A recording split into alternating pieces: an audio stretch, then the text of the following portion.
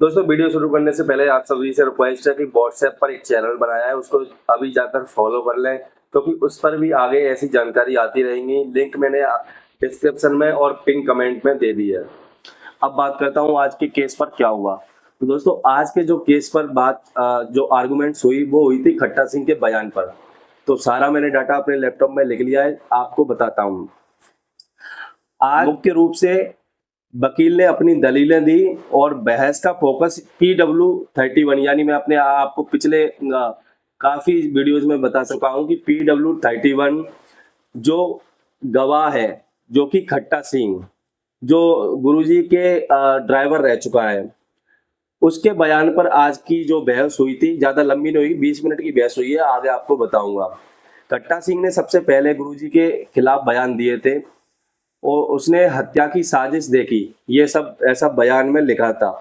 लेकिन वकील ने बताया कि खट्टा सिंह के कई बयान murder of Ranjit Singh RC8 case से जुड़े हुए हैं, जबकि अभी सुनवाई पत्रकार छत्रपति केस RC10 की हो रही थी। अब खट्टा सिंह ने जिन एप्लीकेशंस, एफिडेविट्स और रिवीजन पिटीशंस की बातें की वो इस केस से संबंधित ही नहीं थी। आप समझो इस बात को, किस तरीके से इस केस को मोड़ा गया था खट्टा सिंह के बयान पर।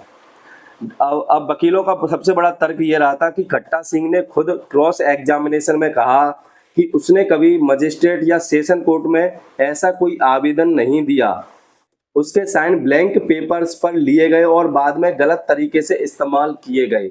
ये लाइन आप समझना, उसके जो साइन थे ना वो ब्लैंक पेपर पर लिए गए और बाद में फिर उसकी जो गवाही थी ब्लैंक पेपर पर वो गलत तरीके से इस्तेमाल की गई थी। उसने कहा, अब उस खट्टा सिंह ने इसमें बताया कि उसने कहा कि पहले वो दबाव में था और डर में था, लेकिन अब बाबा के जेल जाने के बाद उसने खुलकर बयान दिया। समझो इसके जो बयान है ना, कई बार ये अपने बयानों से मुकर गया, कई बार इसने अपने बयान बदल ले। और पिछले जो केस था रंजीत मर्डर केस जिसमें पूज्य गुरु जी बरी हो चुके हैं, उसमें इसकी बयान लिए गए थे और बयान इसके खारिज हुए। इसके बयान कोई मतलब के नहीं है, ये कभी बदलता है। यानी इसके पीछे भी आपको सच बताओ तो बड़ी बड़ी ताकतें लगी हुई हैं जो इसको धक्का देकर ये सारे काम करवा रही हैं। बाद में कभी समय आएगा तब ये खुलेगा। अब बात रही, वकीलों ने बताया कि जिन वकीलों और नोटरी के नाम पर खट्टा सिंह के कागजात दाखिल बताए जा रहे हैं उनमें से कई या तो अब जीवित नहीं है या पहचान ही साफ नहीं हो पा रही है। नोटरी ने खुद कहा कि एफिडेविट पर करेक्शन बिना उनकी अनुमति के की गई थी और पहचान की सही प्रक्रिया नहीं हुई थी। अब कोर्ट में स्थिति की मैं बात करूं आपसे, जज साहब ने सुना, लेकिन वकीलों की दलीलें बहुत लंबी हो गई। आखिर में वकील ने कहा कि आज वो डिपोजिशन यहीं रोकेंगे और कल से फिर बहस जारी रखेंगे। अगली सुनवाई के बारे में फाइनल हुई वो बताऊं, कल अगली सुनवाई होगी। लेकिन आज की जो बहस हुई वो ज़्यादा से ज़्यादा 20 मिनट ही चली है। 20 मिनट में ये बहस रोक दी गई और कल की जो अगली सुनवाई होगी वो 2:30 बजे की रखी गई है।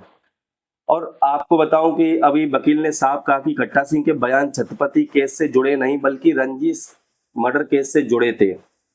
खट्टा सिंह ने खुद कबूल किया कि उसके साइन ब्लैंक पेपर्स पर लिए गए और गलत इस्तेमाल हुआ। नोटरी और वकीलों की पहचान पर भी सवाल उठे, यानी गुरुजी पर आरोप साबित करने के लिए कोई ठोस आधार कोर्ट में सामने नहीं आया। अब अगली सुनवाई कल दोपहर 2:30 बजे होगी